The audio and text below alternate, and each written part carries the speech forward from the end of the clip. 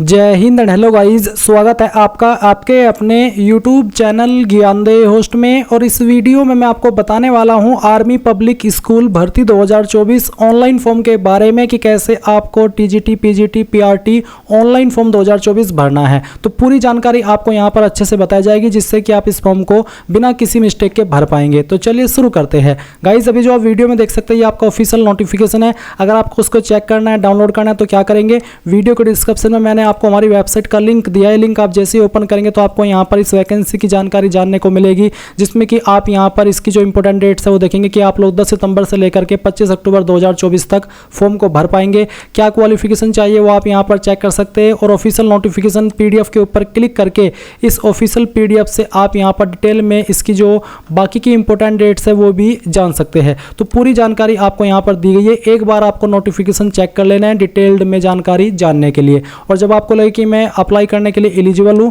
तो आपको कैसे अप्लाई करना है उसका प्रोसेस अब आपको आगे वीडियो देख करके जान लेना है। तो आप यहीं से इंपॉर्टेंट लिंक के सेक्शन में अप्लाई ऑनलाइन लिंक ओपन करेंगे और आपके सामने इंटरफेस आ जाएगा। अब यहां पर आ जाने के बाद में आप रजिस्टर हियर इसके ऊपर क्लिक करेंगे। अब आपको जो आपका नाम है वो 10th के सर्टिफिकेट के अकॉर्डिंग यहां पर एंटर कर देना है, या जो भी आपके डॉक्यूमेंट के अंदर है, जैसे कि बोला है नेम एज पर आधार, तो आधार के अकॉर्डिंग आपको यहां पर आपका नाम देना है। फिर अपना मोबाइल नंबर डालना है जो कि आप रजिस्टर करना चाहते हैं, अपनी ईमेल आईडी डालनी है, फिर एक पासवर्ड आपको बनाना है। पासवर्ड आपका कैसा, उसका एक एग्जांपल आप यहाँ पर देख लीजिए। बेसिकली पासवर्ड के अंदर इंग्लिश का कैपिटल लेटर, स्मॉल लेटर, साथ ही साथ स्पेशल कैरेक्टर और डिजिट होने चाहिए। तो कुछ इस तरह का पासवर्ड आपको बनाना है, उसको दोबारा डाल करके वेरीफाई करना है, यहाँ पर टिक करना है और कंटिन्यू के ऊपर क्लिक करना है। अब गाइज आपके नंबर और ईमेल दोनों के ऊपर ओटीपी सेंड किए हैं आपको। अगर आपके इनबॉक्स के अंदर ईमेल में ओटीपी नहीं मिल रहा है तो आपको जो स्पैम फोल्डर होता है ईमेल में वो चेक कर लेना है। तो आपको उसमें आपका ओटीपी मिल जाएगा और फिर ओटीपी डालने के बाद वेरीफाई ओटीपी करेंगे, आपका ओटीपी वेरीफाई हो जाएगा।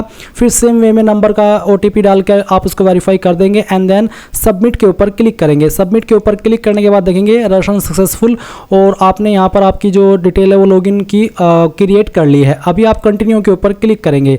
अब इसके ऊपर क्लिक करने के बाद आपको लॉगिन करना है। तो लॉगिन करने के लिए आपको या तो जो अभी नंबर आपने रजिस्टर किया वो डालना है या फिर आपका ईमेल आईडी। उसके बाद में यहाँ पर गाइज आपने जो पासवर्ड बनाया वो पासवर्ड डालेंगे और लॉगिन के ऊपर क्लिक करेंगे। लॉगिन करने के बाद में आपके सामने कुछ ऐसा इंटरफेस आएगा। अब आपको यहाँ पर पोस्ट सेलेक्ट करनी है, पीजीटी, पीआरटी या फिर टीजीटी। तो जिस पर भी अप्लाई करना है वही आप सिलेक्ट कर लीजिए आपकी चॉइस के अकॉर्डिंग। अगर आपने अभी तक भी क्वालिफिकेशन नहीं जानी तो एक बार फिर से नोटिफिकेशन के ऊपर आकर के यहाँ पर देख लीजिए कि किस पर अप्लाई करने के लिए क्या क्वालिफिकेशन चाहिए, पीजीटी, टीजीटी और पीआरटी। तो जो भी है वो आप यहाँ पर सिलेक्ट कर लीजिए। उसके बाद में आपको आपका स्ट्रीम सेलेक्ट कर लेना है, इनमें से किस स्ट्रीम में आप अप्लाई कर रहे हैं। उसके बाद आता है आपका एप्लीकेंट फुल नेम। तो जो भी आपका पूरा नाम है वो आपको यहाँ पर एंटर कर देना है। ये एंटर करने के बाद में आप देखेंगे अल्टरनेट फ़ोन नंबर। अगर आप यहाँ पर कोई अन्य फ़ोन नंबर भी अपना देना चाहते हैं तो वो आप यहाँ पर दे सकते हैं, नहीं तो आप चाहे तो इस ऑप्शन को खाली छोड़ सकते हैं। फिर गाइज आपको यहाँ पर आपका फादर नेम एंटर करना है। उसके बाद में आपको मदर नेम एंटर करना है एंड देन यहाँ पर बताना है कि मैरिटल स्टेटस क्या है, सिंगल, मैरिड या विडोड, जो भी है वो आप सिलेक्ट कर लीजिएगा। फिर आप आपका जेंडर सेलेक्ट कर लेंगे। उसके बाद में आपकी कास्ट कैटेगरी क्या है, EWS, general, OBC, SC, ST, जो भी है वो आप सिलेक्ट कर लीजिएगा। फिर गाइज यहाँ पर आपको नेशनलिटी सेलेक्ट कर लेनी है। ये सिलेक्ट करने के बाद में आप देखेंगे आधार कार्ड का ऑप्शन। तो जो भी आधार कार्ड का नंबर है वो आप यहाँ पर डाल दीजिए। फिर पूछे है are you an army spouse, यानी कि क्या आप आर्मी के जो पर्सनल होते हैं उनके पति पत्नी है। अगर हाँ तो यस, नहीं तो आप नो कर देंगे। उसके बाद डेट ऑफ बर्थ। तो यहाँ पर गाइज जो भी डेट ऑफ बर्थ है आपकी वो सिलेक्ट कर लेनी है। इस तरह से पहले आपको जो ईयर है वो आपका एंटर करना है। ये एंटर करने के बाद में यहाँ से आपको मंथ और उसके बाद में डे, तो आपका डेट ऑफ बर्थ आ जाएगा। वर्क एक्सपीरियंस, क्या आपके पास टीचिंग में एक्सपीरियंस है। अगर हाँ तो यस, नहीं तो आप नो करेंगे। फिर आते हैं कोरस्पोंडेंस एड्रेस, यानी कि प्रेजेंट एड्रेस। तो जो भी प्रेजेंट एड्रेस है वो आप भरेंगे। पहले आपको आपकी स्टेट सेलेक्ट कर लेनी है। फिर यहाँ पर उस स्टेट के अंदर आपकी कौन सी डिस्ट्रिक्ट है उस डिस्ट्रिक्ट का नाम आपको यहाँ पर एंटर करना है। उसके बाद में आता है कोरस्पोंडेंस सिटी टाउन। तो जो भी सिटी टाउन है वो आप यहाँ पर एंटर कर देंगे। फिर यहाँ पर जो आपका एग्जैक्ट एड्रेस है वो आप यहाँ पर भरेंगे। मैं ये फॉर्म डेमो के लिए भर रहा हूँ सो मैं रैंडम जानकारी यहाँ पर एड्रेस में डाल रहा हूँ। तो उसके बाद आते हैं लाइन 2। तो अगर आपका एड्रेस लॉन्ग है तो आप जो थोड़ा बाकी पार्ट बचेगा आपका एड्रेस का वो यहाँ पर लाइन 2 में डाल देंगे और जो आपका पिन कोड है वो भी आपको यहाँ पर डाल देना है। फिर आता है परमानेंट एड्रेस। तो अगर आपका प्रेजेंट और परमानेंट एड्रेस एक ही है तो आप इस बॉक्स के ऊपर टिक कर दीजिएगा, अलग है तो अनटिक करके अलग से भर दीजिएगा। Preferred centre for exam. तो आप एग्जाम के लिए कौन सी सिटी को प्रेफरेंस देना चाहते हैं तो पहली चॉइस सेलेक्ट कर लेंगे, फिर सेकंड चॉइस, उसके बाद में थर्ड चॉइस। ये देने के बाद में नीचे आता है proficiency for exam, proficiency in teaching in English medium, क्या आप इंग्लिश मीडियम में टीचिंग कर सकते हैं। अगर मैंने वहाँ पर ऊपर सेलेक्ट किया है इंग्लिश सब्जेक्ट तो उसके अकॉर्डिंग आई थिंक ये ऑप्शन है। अगर कर सकते तो तभी यस कीजिएगा, नहीं कर सकते तो आप नो कर दीजिएगा। क्या आप हिंदी मीडियम में टीचिंग कर सकते हैं, अगर हाँ तो यस, नहीं तो आप नो करेंगे। क्या आपने CTET या फिर टेट पास किया किसी भी स्टेट का, अगर हाँ तो आप पास करेंगे, नहीं तो अपेयर्ड या फिर नॉट अपेयर्ड, जो भी स्टेटस है वो बता देंगे। क्या आपको कंप्यूटर की नॉलेज भी है बेसिक, अगर हाँ तो यस, नहीं तो आप नो कर देंगे। इसके बाद आप सेव एंड प्रोसीड के ऊपर क्लिक करेंगे। अब आपके सामने क्वालिफिकेशन की जानकारी आ चुकी है, तो एक एक करके आप यहाँ पर जानकारी भरेंगे। सबसे पहले आपकी 10th की, तो 10th आपने किस सब्जेक्ट से पास की है, आप यहाँ पर सभी सब्जेक्ट के नाम एक एक करके एंटर कर दीजिएगा, जिन भी सब्जेक्ट से आपने की है। मैंने 3 ही लिखे हैं, बाकी आपको पूरे सब्जेक्ट लिखने हैं जो भी आपके पास 10वीं के अंदर थे।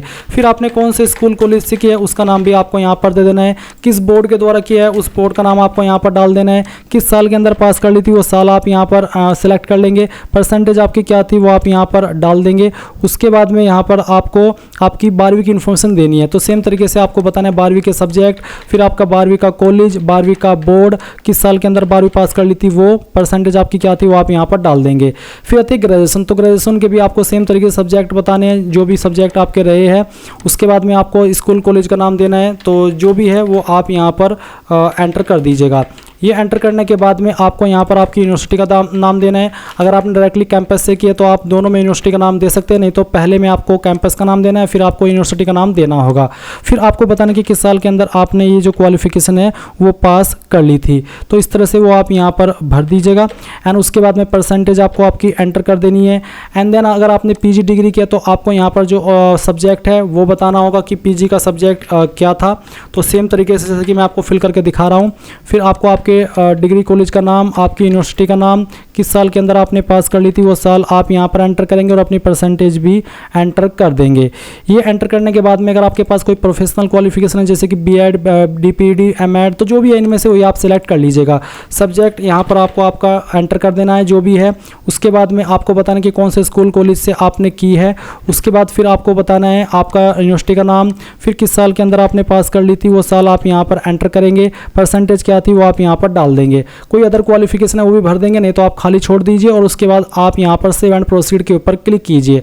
अब आता है अपलोड डॉक्यूमेंट का सेक्शन, तो यहाँ पर आपको जो फोटो अपलोड करना है उसका फॉर्मेट JPEG PNG का रखा है और यहाँ पर साइज़ 4 KB से 1 MB के बीच में रहना चाहिए। तो आप यहाँ पर ओपन फाइल डायलॉग इसके ऊपर क्लिक करेंगे और जहाँ पर भी फ़ोटो फाइल है सिलेक्ट करेंगे, ओपन करेंगे, इस तरह से आपका फ़ोटो आएगा।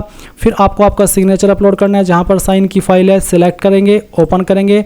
इसके बाद में यहाँ पर आता है अपलोड DOB, जिसमें कि आप डेट ऑफ बर्थ का प्रूफ अपलोड करेंगे, जहाँ पर आप 10th का सर्टिफिकेट या फिर बर्थ सर्टिफिकेट अपलोड कर सकते हैं। इनमें से कोई एक ID आप देंगे जिसका फॉर्मेट PDF का रखा है, यानी कि इमेज फॉर्मेट में नहीं चलेगा। तो उसको अगर आपके पास इमेज में है तो PDF के अंदर कन्वर्ट करके यहाँ पर अपलोड करना होगा।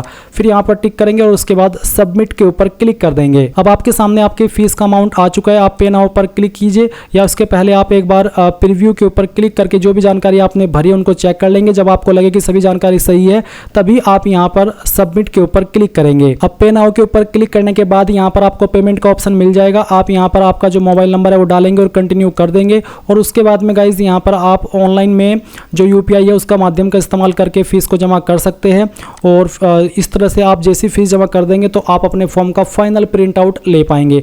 और ये था आपका आर्मी पब्लिक